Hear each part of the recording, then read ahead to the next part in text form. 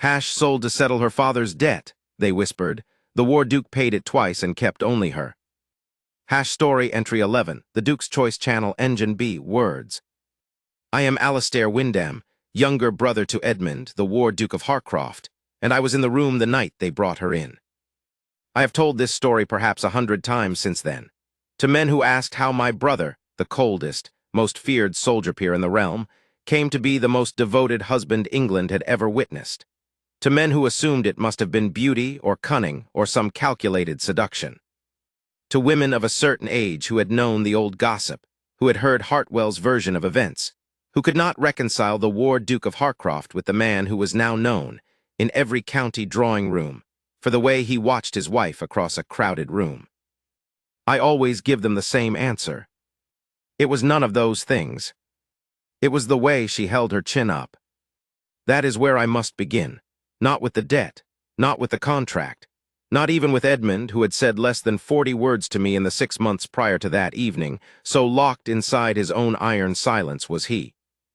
I must begin with Miss Cecily Alderton, the eldest daughter of Lord Alderton of Dorset, who had, by the autumn of that year, gambled away every acre of his estate, every note of credit, every last timber of the house his grandfather had built, until the only thing remaining of any value was a girl with gray eyes and an uncommon amount of dignity. You must understand what Edmund was when all of this began. He had come home from the continent 18 months prior, after a decade of war and 2 years of grinding occupation duty that most men would not have survived with their minds intact. He had survived with his mind entirely intact, and his heart, insofar as anyone could judge, frozen somewhere around the winter of his second campaign. He had returned to find Arthur dead of fever, the estate accounts in chaos, 3 of the tenant farmers in arrears, the eastern boundary wall collapsed into the lane, and a title he had never expected waiting for him like a verdict. Edmund had accepted the title the way he accepted everything unpleasant, directly, without complaint, and with an efficiency that left very little room for the feelings that lesser men might have indulged. He had sorted the accounts. He had paid the tenant arrears. He had contracted for the boundary wall. He had moved himself into the Duke's study and begun working through the backlog of estate business with the same methodical thoroughness he had brought to military campaigns. And then he had stopped, because there were some things you could fix with a solicitor and a set of accounts, and some things you could not. He was 34 years old, alone in a house that had been built for a family, with no particular desire for society and no immediate prospect of companionship. He had told me once, on one of the rare evenings we sat together in the library with a bottle of port between us, that he had simply accepted that certain things were not for him. Not bitterly. Edmund rarely spoke with bitterness, because bitterness required a kind of open wound, and his wounds had all been sealed shut long ago. He said it the way he said most things, plainly as a fact without apology. That was Edmund that autumn. That was the man Cecily Alderton walked into. They brought her to Harcroft Hall on a Tuesday. I know it was a Tuesday because I had been riding out that morning and came back to find the Alderton carriage at the gate, one axle cracked, one horse lamed, the whole conveyance listing to the side like a sinking ship. The footman who jumped down to hand her out was clearly embarrassed, the horse clearly in pain, the carriage itself clearly not long for this world. And yet, she stepped down as though she were arriving for a dinner party she had been looking forward to. Back straight, hands folded, that chin level. She looked at Harcroft Hall, which is, I assure you, a very large and very cold building, designed by an ancestor who believed that architecture should communicate power rather than warmth, and she did not flinch. I watched her from the stable yard gate and thought, whoever she is either very brave or very well trained in the art of hiding terror. As it turned out, she was both. You will need to understand what the contract was before you can understand what breaking it meant. Lord Alderton had accumulated, over the course of 20 years of reckless gambling and worse investments, a debt of some £40,000. Not in one lump. That would have required a single creditor brave enough to lend that amount to a man who clearly could not manage money. Rather, it had grown over years and across many lenders. 1,000 here, 5,000 there, a mortgage refinanced and then refinanced again, a venture into coal that had yielded nothing, a shipping scheme that had yielded worse than nothing. By the time the various creditors had grown impatient and begun to sell the debts on, the total had been consolidated, by coincidence, or by the patient operation of the market, into a single instrument, which had passed through 3 different hands at a steep discount before arriving, by way of Edmund's solicitor, as part of a larger estate bundle. The solicitor had flagged it as uncollectible. Lord Alderton had no assets. The estate was mortgaged to the walls. There was nothing to take. Edmund did not particularly want the debt. He was not, by nature, a moneylender, and the prospect of pursuing a ruined provincial lord through the courts for money, the man clearly did not have held no appeal for him. He had instructed the solicitor to write it off and think no more about it. And then Lord Alderton's letter arrived. It was, as I said, a remarkable document. I have read it, for Edmund showed it to me with an expression I can only describe as baffled contempt. The expression of a man who has been offered something he did not ask for and is not sure whether to be offended or simply confused. Lord Alderton had written it himself, in a hand that was careful in the beginning and grew less careful as the letter progressed, as though the brandy had been poured twice between the first paragraph and the last. He proposed, in essence, a resolution to the debt that would not require the courts and would require very little of Edmund's time. He had, he wrote, a daughter, unmarried at 24, educated at a good school, well-spoken, in excellent health. He had not been able to secure a match for her through the usual channels, a circumstance he attributed, in the letter, to the general fickleness of society, though one suspects the £40,000 in debt had rather more to do with it, and he was now prepared to consider an offer from a suitable gentleman. Edmund was, he proposed, a suitable gentleman. He would clear the debt entirely, in exchange for Edmund agreeing to take the girl off his hands in the form of a marriage. He would deliver her to Harcroft within the fortnight. He would require nothing further. He was, he concluded, and this was the line Edmund read out to me with the flattest voice I have ever heard him use, prepared to consider this arrangement a satisfactory conclusion to the matter asterisk. Edmund had written back a single line, "The proposal is irregular, I will consider it." That, coming from Edmund, was practically a yes. I had asked him, when he told me, whether he had thought about the girl at all, whether it had occurred to him that she might have opinions about being delivered to a stranger's house as part of a financial settlement. He had looked at me for a long moment. "She is marrying a duke," he said. "She is not being sent to the mines." "She is not being consulted," I said. "No," he said. "She is not." And then, after a pause that I believe was the closest Edmund ever came to discomfort, "Neither am I particularly." It was not a defense. I think he knew it wasn't a defense, but it was, for Edmund, an acknowledgement, and acknowledgement from him was significant. The solicitor drew up a contract. Lord Alderton signed it in London, presumably after checking that no better offer was forthcoming, which he could not have been surprised to find there was not. Edmund signed it at Harcroft at 10 o'clock in the evening, after reading it twice with the same flat expression he brought to everything. No one asked Miss Cecily Alderton whether she consented. That was, I am sorry to say, entirely in keeping with the times. Her father had told her she was to marry a duke.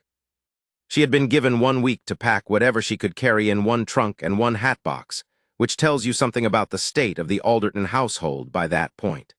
And then she had been put in the listing carriage with the lamed horse and sent north. That was the contract, £40,000 of debt cleared, in exchange, one woman's life. I tell you this not to condemn my brother, I will explain him in time, but so that you understand what she walked into. Harcroft Hall. A stranger who had purchased her, essentially, as one purchases a parcel of land one does not particularly need but cannot afford to let fall into ruin. A house that was cold and slightly worn. A staff who did not know what to make of her. And a duke who had prepared himself for her arrival with the same emotional engagement one might bring to the receipt of a piece of furniture. And yet she held her chin up. Edmund received her in the library. Not the drawing room, the library. It was his deliberate choice. He had told me the morning before she arrived that he intended to be perfectly clear about the nature of the arrangement from the outset. There would be no pretense of romance. There would be no elaborate welcome. She was here because a contract required it. He would be civil. He would provide for her. And they would live their lives in their separate spheres, as many aristocratic couples did, and that would be that. I had pointed out, mildly, that this was a rather cold welcome for a woman who had had no say in the arrangement. Edmund had looked at me with those gray eyes of his, the same color I would later notice as hers, and said, "She is marrying a duke. She is not being sent to the mines." "You said that already," I pointed out. "It is still true," he said, and went back to his correspondence. I stood in the doorway of the library and watched her come in. She had been shown first to a room to change out of her traveling clothes, whatever traveling clothes were left after a journey in that carriage. She came into the library in a gown that was, I could see, carefully brushed but not new, dark green, very simple. Her hair had been dressed also simply, by what I suspected was her own hand rather than a maid's, because she had not yet been assigned a maid, and I am not sure she would have asked for one. She was not remarkable in the way society considered women remarkable. She was not the diamond of the season. She was not the beauty who silenced a ballroom. She was of medium height, with dark hair and those gray eyes that, now that she was close, I could see were doing an enormous amount of work, taking in the room, taking in the shelves, and there was a very brief moment, barely half a second, when she looked at the shelves and something in her expression shifted, softened, before she brought it back under control. Taking in the desk, the fire, the man standing behind it. Edmund had not sat down to receive her. This was, I believe, the one concession he had made to basic courtesy. He stood. He was tall and he was broad, and he carried himself the way men do when they have spent 10 years in military command. Not with arrogance, exactly, but with the absolute stillness of someone who has learned that stillness can be more intimidating than noise. He had a quality, my brother, of making a room feel smaller than it was, of making one aware of the weight and fact of him in a space. She was aware, I could see that, but she did not step back. He looked at her. She looked at him. The fire crackled between them. The candles, this was evening now, the November dark pressing against the windows, gave the room a warm light that was not entirely matching the cold formality of what was happening in it. "Miss Alderton," he said, his voice was exactly what you would expect it to be, low, even, entirely without warmth. "Welcome to Harcroft." "Your Grace," she said, and then before he could continue with whatever prepared speech he had assembled, I had seen him working on it that afternoon, sitting at the desk with a very slight frown, which for Edmund was the equivalent of agonizing, she said. "I am aware of the precise nature of this arrangement. You need not pretend it is anything else. I would only ask that you allow me to be useful." There was a pause that was, from Edmund, significant. He was not a man who paused. "Useful," he said. "I'm a fair manager of a household," she said. Her voice was very steady.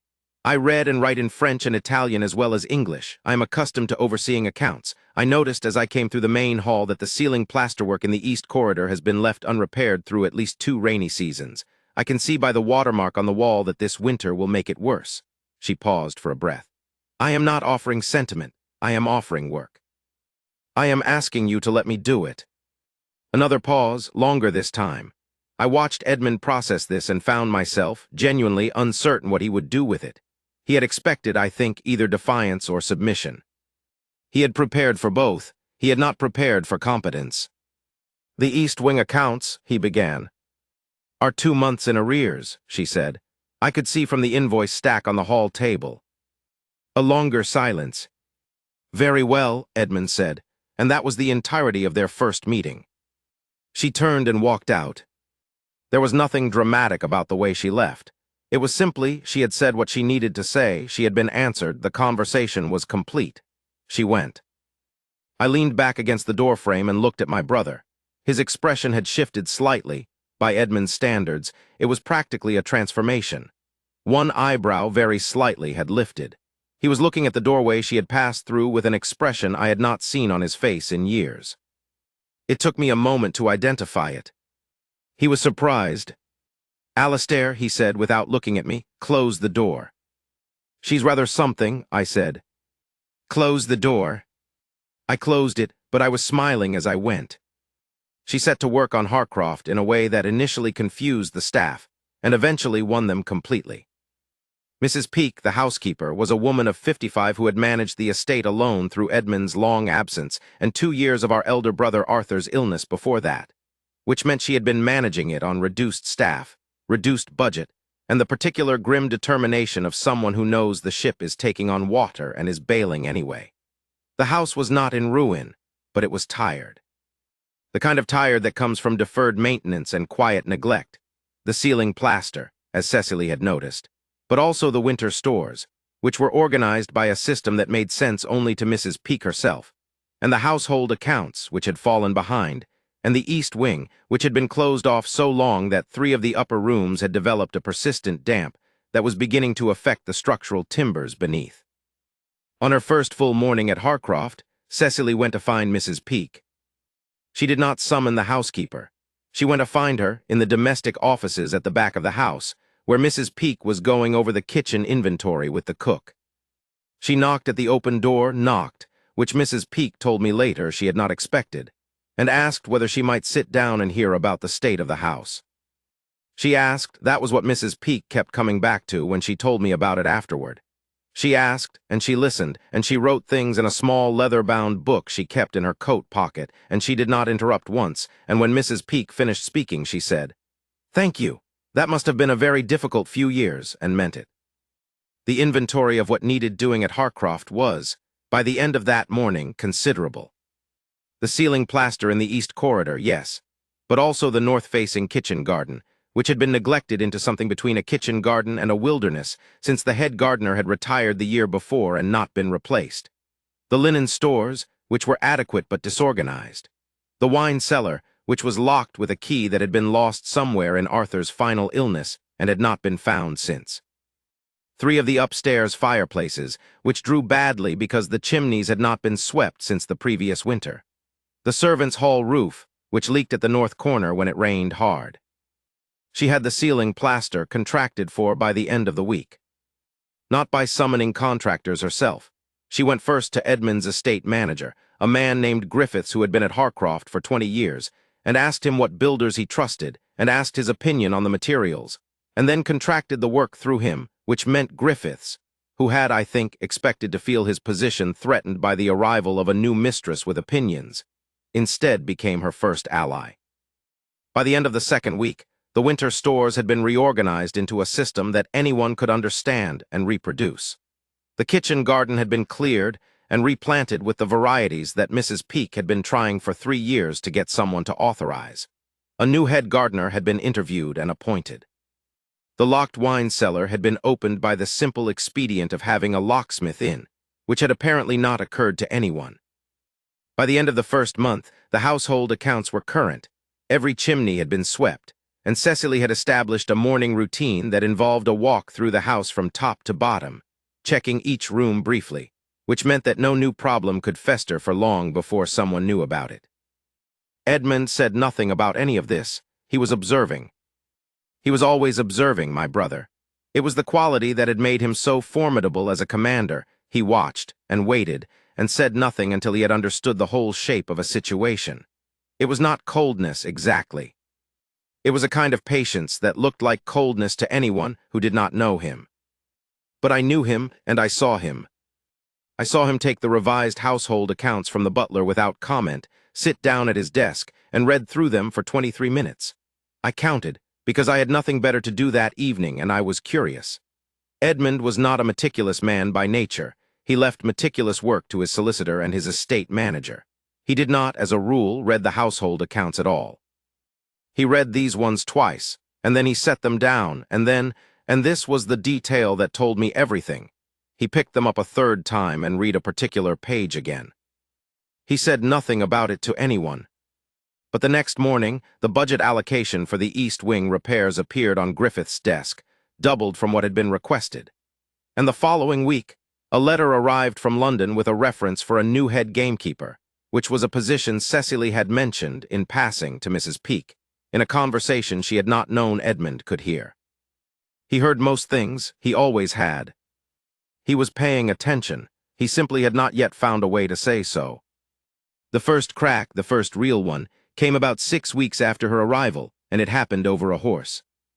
Edmund kept 3 horses of his own, a black destrier called Midnight, who was 15 years old and had carried him through 6 campaigns and was now retired to a comfortable field, a bay hunter called Armistice, who was his primary riding horse, and a gray called Mercenary, who was the fastest horse in the county and whom Edmund rode when he wanted to not think about anything at all, which appeared to be frequently. Cecily had been assigned a mare from the estate horses, a sensible creature called Patience, well-mannered, well-gaited, precisely suited to easy riding. She had not complained about this. She had not complained about anything, which was beginning, I sensed, to make Edmund faintly uneasy. He had prepared himself for demands, for tears, for the kind of feminine grievance that he had been told to expect from women placed in unhappy situations. He had not prepared himself for quiet, competent industry and the complete absence of complaint about anything at all. On a gray November morning, I found Cecily standing at the fence of Midnight's field. The old horse had come to the fence without being called Midnight, who was known for being indifferent to visitors and occasionally hostile to strangers he considered insufficiently worthy of his attention. He was standing with his great dark head over the rail, and Cecily was talking to him in a low voice I could not quite hear. She was not feeding him, she did not have anything in her hands. She was just talking. And Midnight was listening, with those enormous dark eyes half closed, and his ears tilted toward her in a way I had only ever seen him do with Edmund. I came up beside her and leaned on the fence. "He doesn't do that with most people," I said. She glanced at me. The wariness she still carried at that point surfaced briefly and then relaxed. She had decided somewhere in the previous weeks that I was not a threat, which was the right decision. "He's lonely," she said. "He's used to being needed." I considered this. Edmund doesn't ride him anymore, too old for the work. "I know," she paused. Her hand moved very slowly to the horse's forehead, not reaching for him, but letting him decide. He dropped his head into her hand. "He told me." "Edmund told you?" "The horse did." "Not your brother?" She said it perfectly seriously, and then glanced at me and the corner of her mouth lifted. I laughed. I don't think I had laughed in that house in a very long time. The sound surprised me. She looked faintly surprised, too, as though she hadn't expected it to land that way. Then, cautiously, as though she were not entirely certain laughter was safe, she smiled, too. "He carried him home from the Battle of Marlow Pass," she said after a moment, returning her attention to the horse. "Edmund, I mean, did you know that? 4 miles with a broken stirrup and a rider who'd taken a musket ball in the shoulder. I found it in the estate records. One of the grooms wrote it down in the daily log. He said the horse walked it like he knew the way home." I had not known that. I said so. She nodded slowly. "Your brother doesn't speak much of the wars." "No," I agreed, "he doesn't. He puts things elsewhere instead." She was quiet for a moment, her hand still resting on Midnight's nose, the horse breathing steadily into her palm.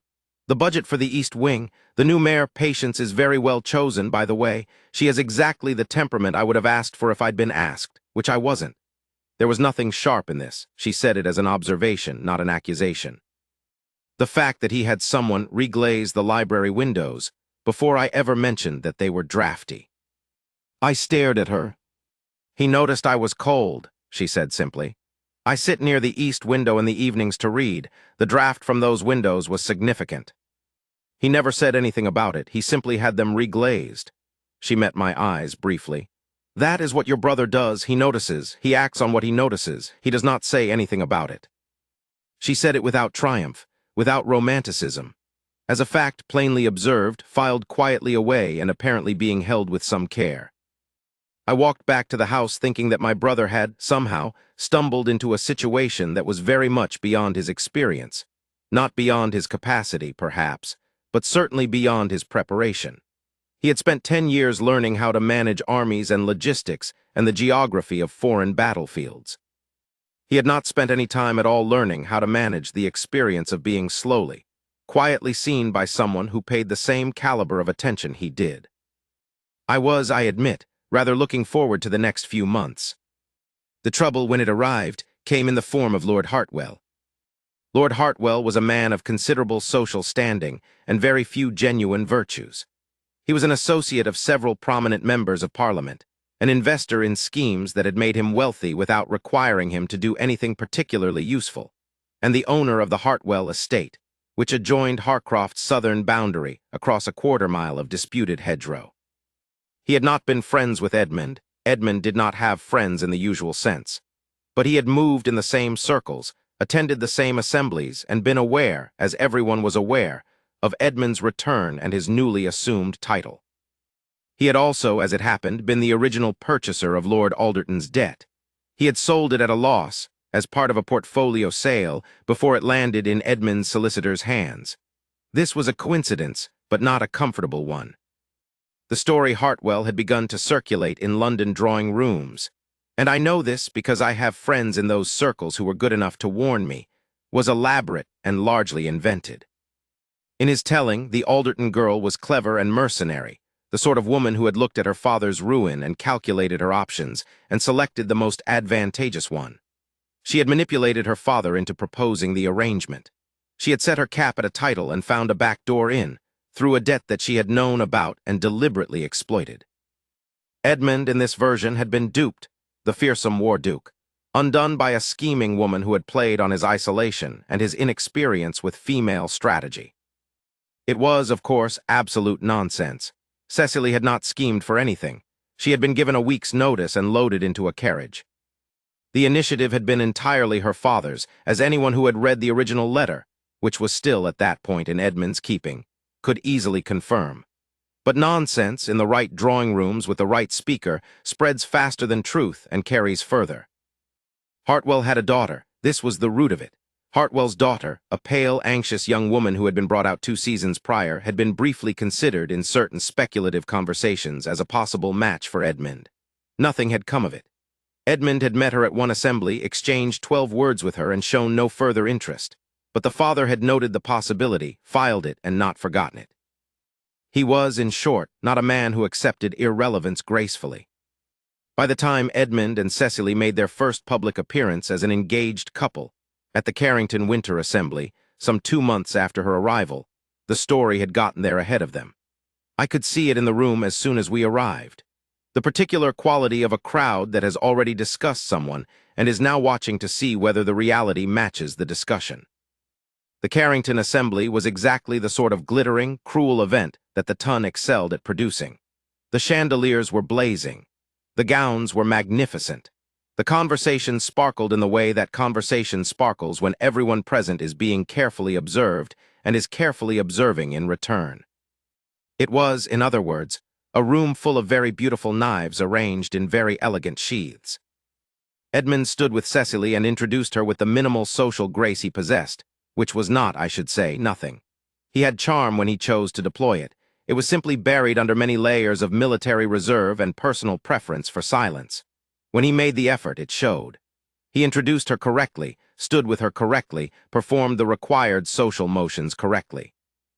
I watched the room do what the room does. The glances exchanged behind fans.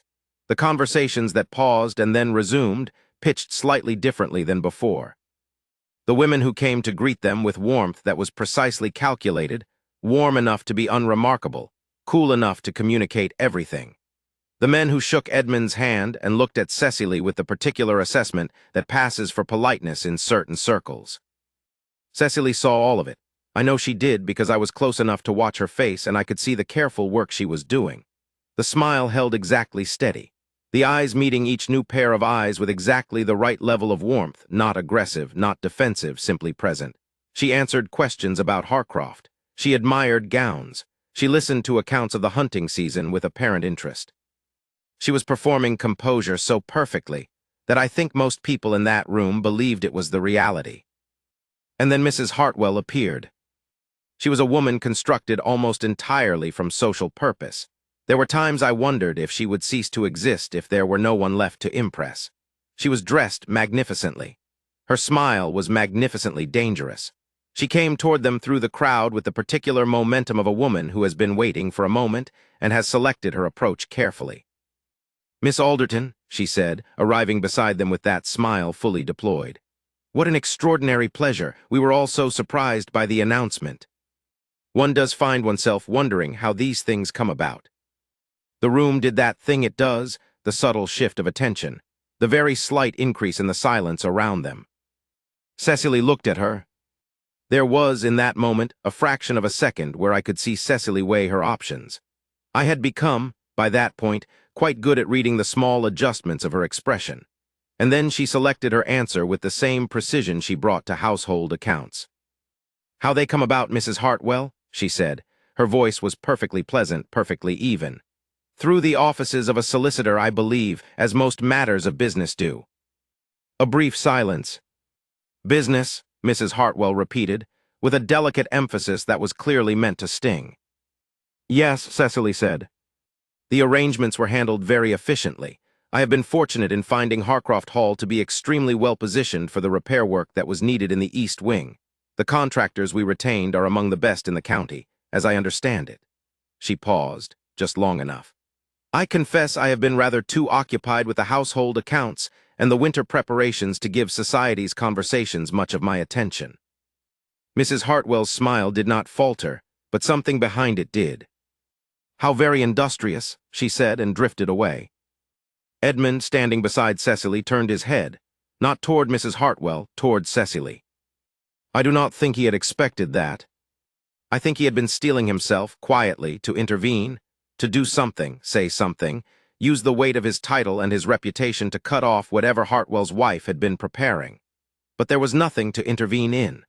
She had taken cruelty and returned it as mild discussion of estate management, and there was nowhere in the world for Mrs. Hartwell to go from there.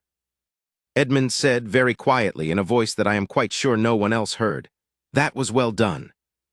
Cecily glanced up at him. It was not a large look. It was the look of someone who has been given something small and unexpected and is deciding how to receive it without making too much of it in case it turns out to be less than it seemed. "I am your household manager," she said quietly. "I manage." But for just a moment in the candlelight, her eyes were warm. The weeks after the assembly were different. I noticed it first in small things, and then in larger ones. Edmund began to appear at meals. Not every meal, that would have been Edmund entirely remade, and that sort of transformation does not happen in 6 weeks, not to men like him, but more meals than before, and at hours that suggested he had arranged himself to be there rather than simply arriving when he was hungry. He sat across from Cecily and asked about the estate repairs. Not perfunctory questions, real ones, the kind that invited a real answer and then received Edmund's full attention when the answer came. Cecily, for her part, had begun to lower something. Not the chin that stayed level always, but there was a quality of bracing that had been in her at the start, a preparation for hostility, a tensing against the next cold thing that was slowly easing. She did not become less composed. She became less defended. The difference was subtle, but it was real. She began to appear in the library in the evenings. Edmund was there most evenings. He worked at the desk, or read, or sat with port and apparently thought about things that he did not say. I was there sometimes. She would come in, take a book from the shelves without asking, which I thought he might object to, and he did not object to settle herself in the chair near the window, and read with the same focused attention she brought to everything else. Occasionally she made a very small sound when she found something interesting. Not an exclamation, a breath almost, the sound of a mind engaging with an idea. Edmund, without looking up from his own work, "What did you find?" Someone has written a marginal note in this Voltaire. They appear to believe he was wrong about almost everything. A beat of silence, he usually was. Another silence. Then, "Did you write this note? The handwriting has a military quality." A longer silence than before. "I was 22. I was wrong about quite a lot at 22. I pretended to be absorbed in my own book and said absolutely nothing, which was the greatest act of self-discipline I have ever performed. This was how it went in the library in those evenings, not declarations, not confessions. Small exchanges offered carefully, received carefully, building something that neither of them named because naming it seemed dangerous, the way naming a structure before it is finished can make it collapse. But I could see it. I could see it clearly. Edmund had begun to watch for her when she was not in the room, in the small ways, a glance at the chair she usually occupied, a pause before beginning dinner if she had not yet appeared, the way he listened with slightly different attention when someone mentioned something she had said or done.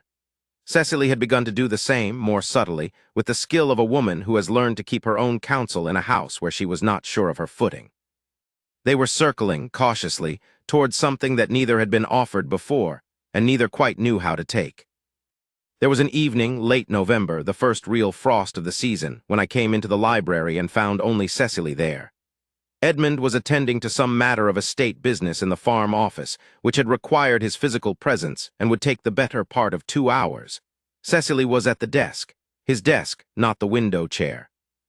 She had opened the top right drawer, which contained the household ledger she worked from, and she was working through a column of figures with the small lamp turned close.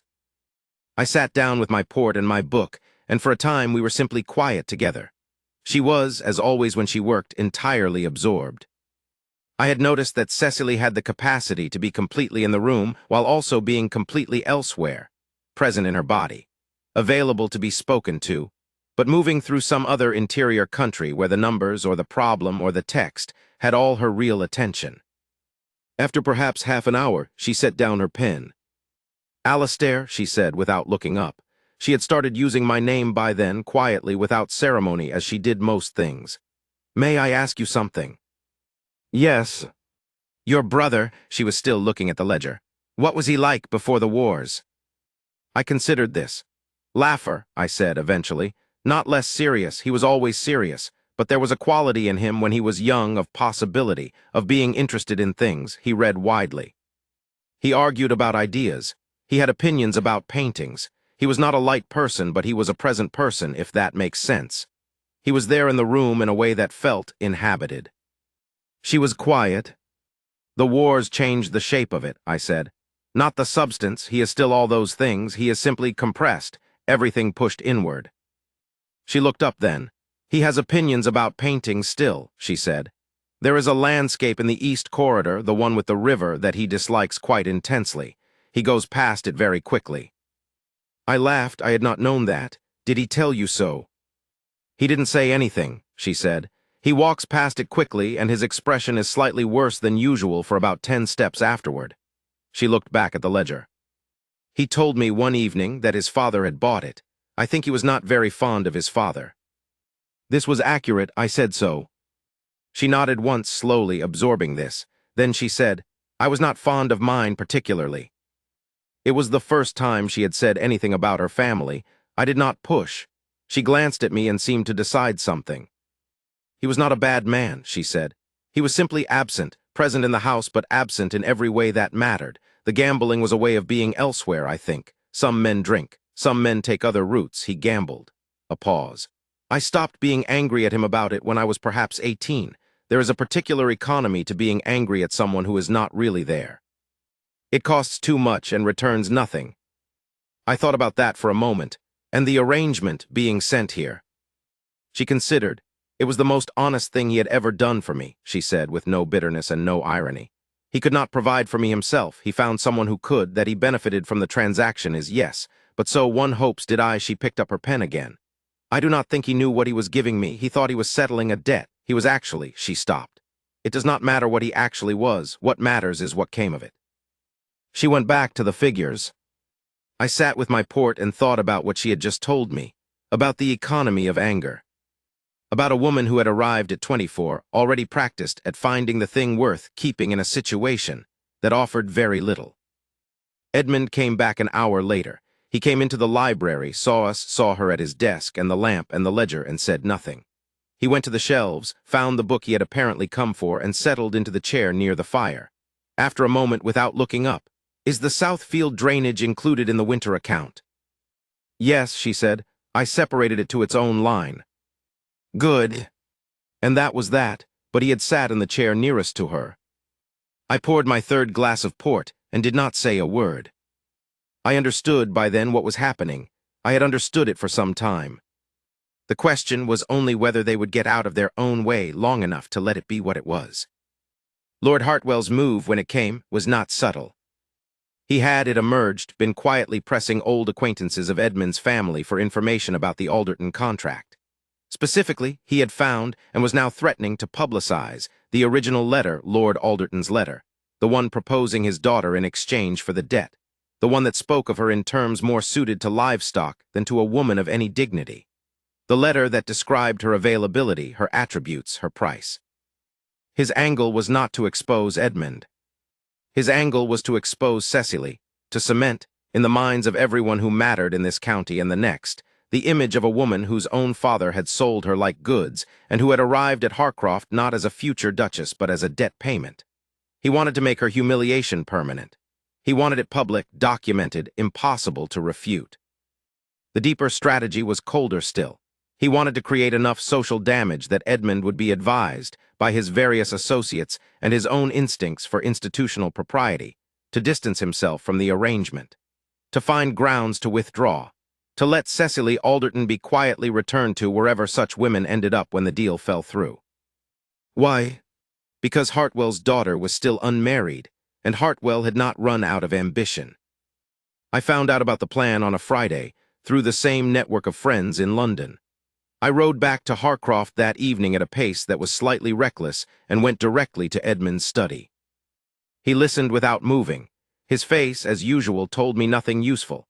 When I finished, there was a silence of perhaps 10 seconds, which was, for Edmund, a very long silence. Then he stood. "Where is she?" he said. "The library, I think." He was already moving. I followed. I am not ashamed of this. Well, slightly ashamed. But I followed, and I stood in the half-open doorway and I watched. She was at the far end of the library, standing at the window with a book closed in her hands, looking out at the dark garden. There was a quality to the way she was standing that I had not seen before, still, but not the composed stillness she usually carried.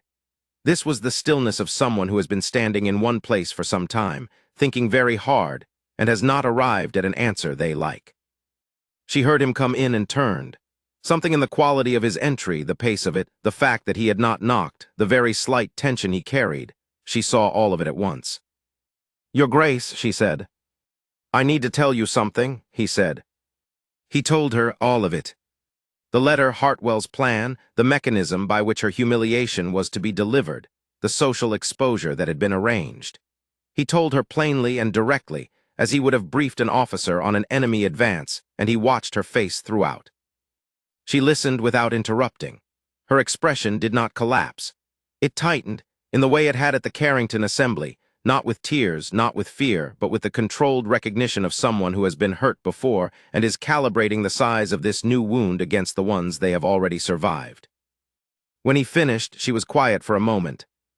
"How bad will it be?" she said. "The letter publicly, how bad will it be?" "For your social standing, considerable," Edmund said. "For the marriage, if we proceed, manageable with time. Society has a short memory for most things." A pause, "if we proceed." Edmund looked at her steadily. "The contract has a withdrawal clause, on either side within 30 days of public announcement. We have not yet made the formal announcement, if you wish to withdraw." "No," she said. He stopped. "No," she said again, more quietly but no less certain. "I am not going to let a man's spite drive me away from—" She stopped herself. Something crossed her face, something she was fighting for control of and winning, but barely. She began again, precisely. "I have nowhere to go. My father's estate is gone. My father's goodwill, such as it ever was, is purchased and spent. I came to Harcroft because there was no other option, and I have worked every day since I arrived to make this house function properly, and I will not let Lord Hartwell tell me that was not enough." She held his gaze when she said it. She did not look away. "What I mean to say," she said, and now there was something very careful in her voice, something that cost her something to say, "is that I wish to stay, if you will have me." Edmund was very still. I have seen Edmund still before.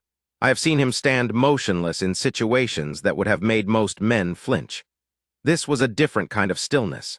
This was a man who had just been offered something he had not been sure he would ever be offered, and was absorbing the fact of it, and did not trust himself to move yet. Then he said, "I am going to need you to trust me." She looked at him. "Trust you?" "I have a plan," he said, "but it requires you to appear at the Hartwell Winter Gathering next week, with me, knowing that whatever he has prepared will be delivered in that room. And then, Edmund said, "I am going to settle the matter." "How?" He looked at her for a moment longer than was strictly speaking necessary for the communication of information. "Publicly," he said. The Hartwell Winter Gathering was, by design, a demonstration. The house was magnificent. Hartwell spent freely on these occasions, having understood early in his life that the appearance of power and the possession of power were not as far apart as people claimed. The invitation list was a statement.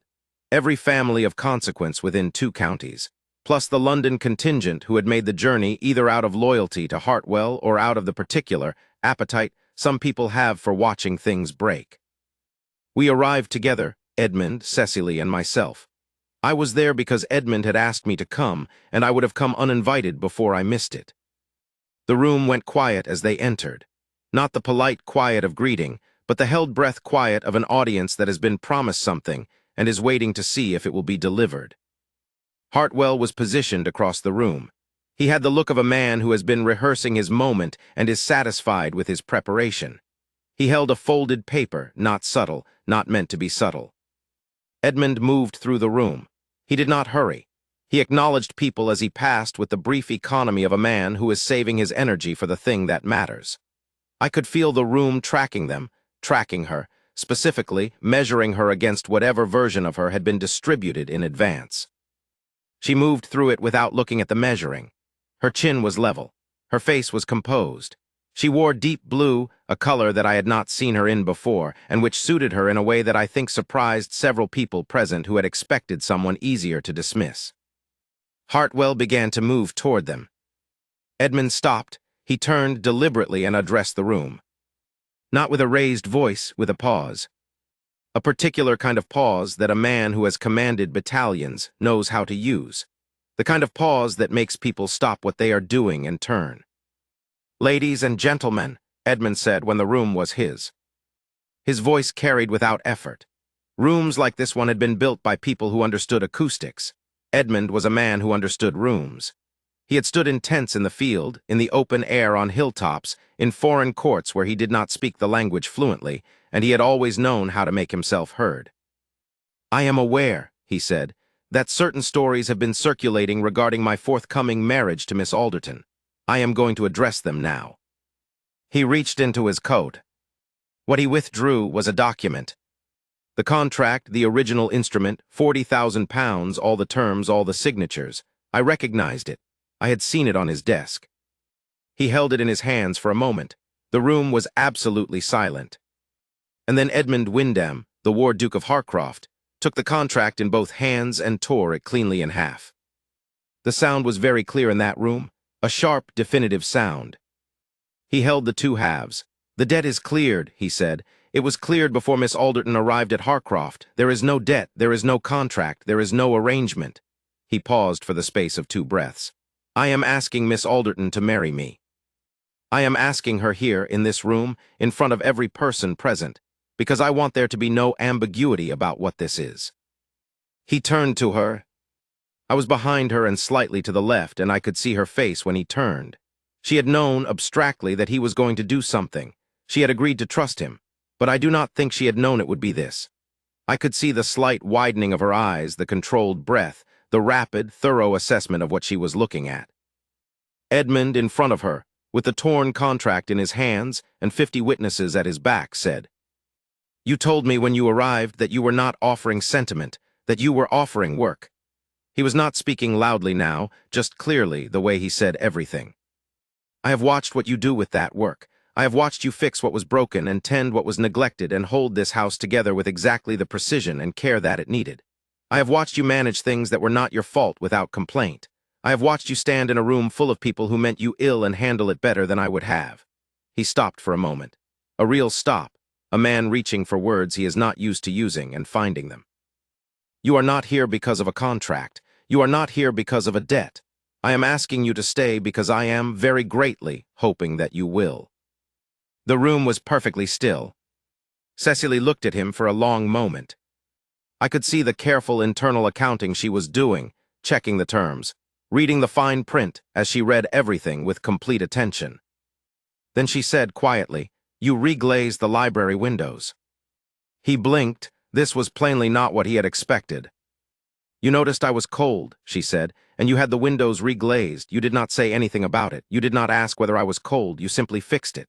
She held his gaze with those gray eyes of hers. "I told your brother that you put things into what you do rather than what you say. I meant it as an observation. I did not know at the time how thoroughly I had already." She paused, steady. "Yes," she said. "I am saying yes." Hartwell, somewhere behind them, still held his paper. He did not speak. There was, by that point, nothing useful left to say. Edmund took her hand in both of his. He held it the way a man holds something he has been afraid of losing, carefully, completely, as though it might be removed from him at any moment, and he is not prepared to allow that. The room, eventually, began to breathe again. Some people applauded. Several of the women looked moved. A number of the men looked at Edmund with expressions that suggested they had received some information about him that they were recalibrating against everything they had previously believed. Hartwell put his paper away and left early. No one made a point of noticing. They married on the 15th of February at Harcroft's own chapel. Cecily had overseen the decoration of the chapel herself, which meant it was beautiful in a way it had not been in 20 years, winter greenery and white candles, and a simplicity that suited the building better than the elaborate arrangements of previous generations had. She had strong opinions about decoration. It turned out, once she was given the latitude to express them. She expressed them quietly and got what she wanted, which I had by then come to recognize as her method for most things. I stood with Edmund. He was, by his standards, nervous, which meant his jaw was set, and he had straightened his cuffs 4 times in the carriage, which was a personal record. "She might not come," he said. "She tore apart Lord Hartwell's evening in a room full of his allies," I said. "She will come."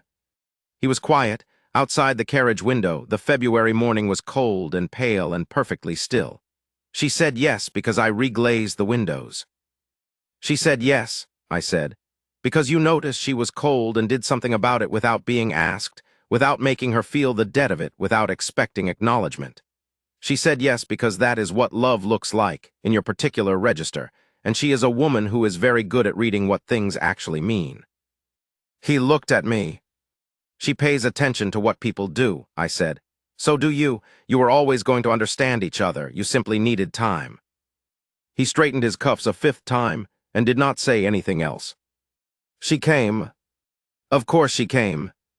She walked down the aisle of the chapel with her chin level and her gray eyes forward, in a gown that was simple and exactly right, with no escort. Her father was not there, and this had been her decision, made without drama or explanation and not revisited.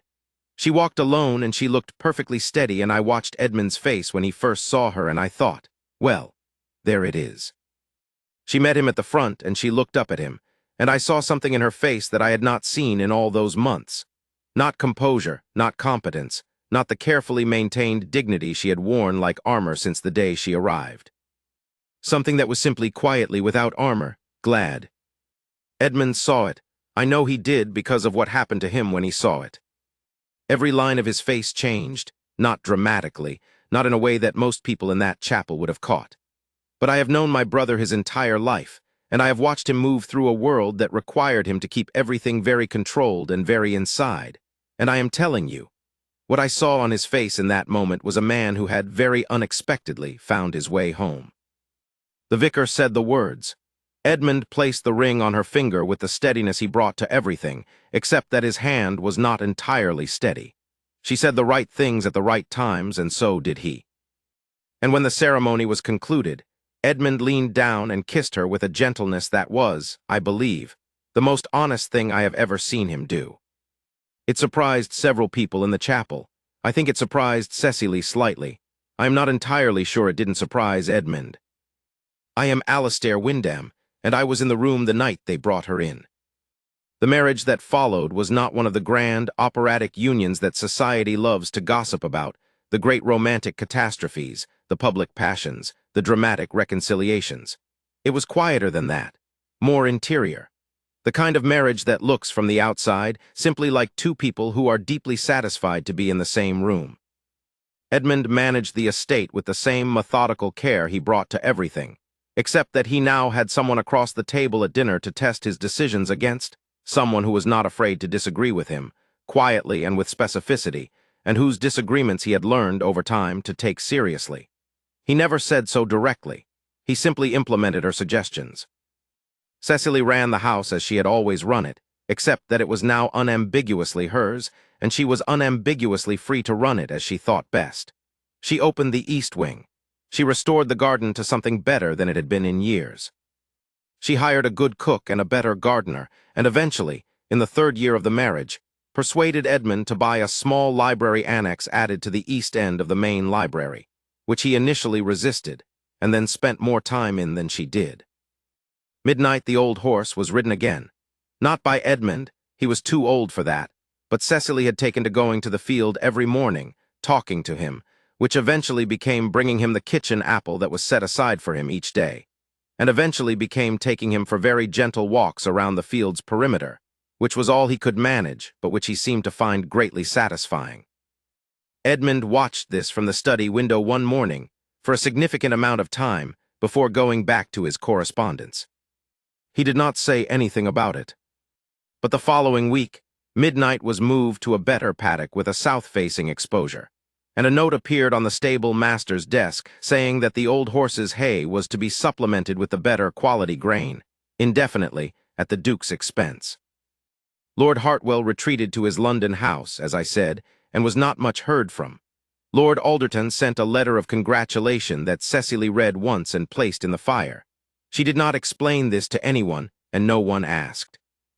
I asked her once, a year into the marriage, on a walk in the garden while Edmund had gone inside for something, whether she had ever been afraid. In those first weeks. Every day, she said, for the first 3 weeks at least.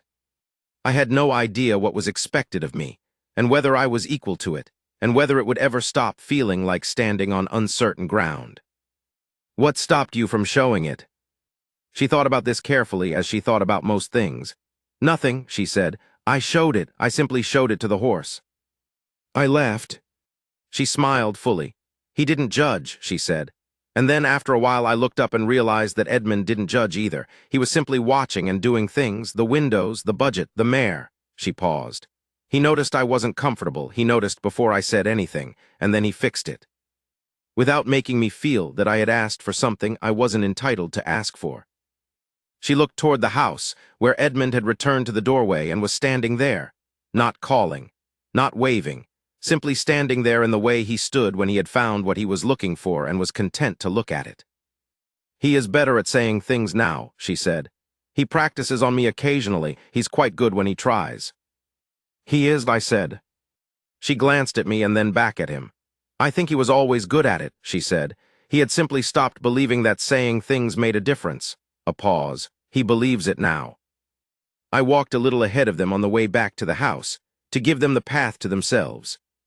I heard behind me the particular quality of quiet that comes when two people who have been carefully keeping their voices at a certain volume finally allow them to drop. I do not know what they said to each other in those few minutes. I was not meant to hear, and I did not try. What I know is that by the time we reached the house, Cecily's hand was in Edmund's arm. Not placed there ceremoniously, not offered and received with any of the managed formal quality that had characterized their first months together.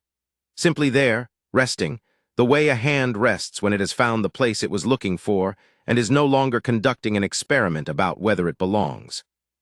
Edmund, for his part, had his hand over hers, just covering it, not gripping.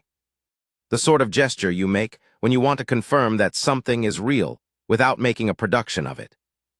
I held the door for them when we reached the house and did not say a single word about any of it, which I consider a personal achievement of some magnitude.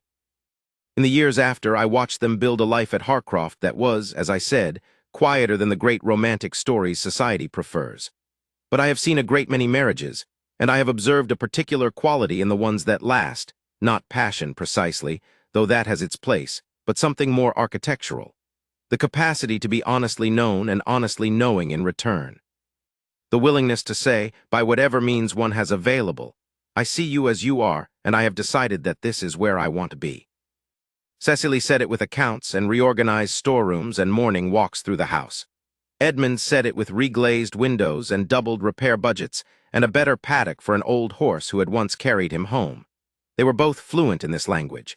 They had simply needed to find each other to have someone worth speaking it to. There were 2 children, in time, a son who had Cecily's gray eyes and Edmund's extraordinary stillness, and a daughter who had Edmund's height and Cecily's quality of noticing everything and filing it away for later use. Edmund was, as a father, not demonstrative in the way that fathers in sentimental stories tend to be. He read to them, both of them, from the library. Cecily would bring them in, and Edmund would read, in that low, even voice of his, from whatever he was reading himself, which meant the children's literary education was eclectic and occasionally startling. The son developed a very early opinion about French philosophy. The daughter, by the age of 7, had opinions about the management of the kitchen garden that were mostly correct. I visited as often as I was welcome, which was often. Harcroft became, under Cecily's hand and with Edmund's quiet cooperation, A house that felt inhabited in a way it had not felt in 20 years. The fires were lit in the right rooms at the right times. The east wing was fully restored and used. The garden was magnificent. Edmund, in those years, became again the man I had known before the wars, not unchanged, not unmarked, but present. There in the room, the compression easing year by year into something that was more like the shape he had always been meant to be, given the right conditions. I asked him once in the study, late in an evening when we had been talking for longer than usual, and the port had done some of its more useful work, whether he had known. That first evening, when she had walked in and told him she was not offering sentiment but work, had he known, even then? He was quiet for a long moment, in the way Edmund is quiet when he is being honest rather than managing a conversation. I knew, he said, that I was in trouble. I laughed. He looked faintly, briefly amused. She noticed the ceiling plaster, he said, in 20 seconds, in a house she had never been in before in the dark. He looked at the desk, at the spot where years ago she had sat working at his ledger by lamplight. I had walked past that ceiling every day for a year and a half without seeing it. Because you were looking for different things, I said. Yes, a pause. She looks at what is actually there. This was, from Edmund, both an observation and a declaration. I took it as both. I am Alastair Wyndham, and I was in the room the night they brought her in on a Tuesday, in a listing carriage, with a lamed horse and a hatbox, and a £40,000 debt she had not incurred, and a chin she held level through all of it. I would not have missed a single day of what came after. End of story, entry 11.